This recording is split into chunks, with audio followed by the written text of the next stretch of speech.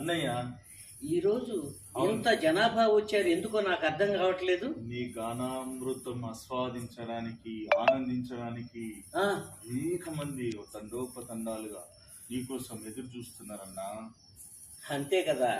నేను ఎక్కడికి వెళ్ళినా దేశ కాల మాన పరిస్థితులను అర్థం పట్టినట్లుగా చెబుతాను. అయితే ఈరోజు ఏం చెప్పమంటావు? పరిస్థితి, దేశ పరిస్థితి ఏమైపోతుంది? అబ్బా, ఏమి విషయాన్ని అడిగావు తమ్ముడు? చెబుతాను విను తమ్ముడు. తంధాన తన తంధాన తన నాడు నా దేశము ఒప్పుల కుప్ప వయ్యారి భామ, నేడు నా దేశము అప్పుల కుప్ప అయ్యో రామా. పరిస్థితి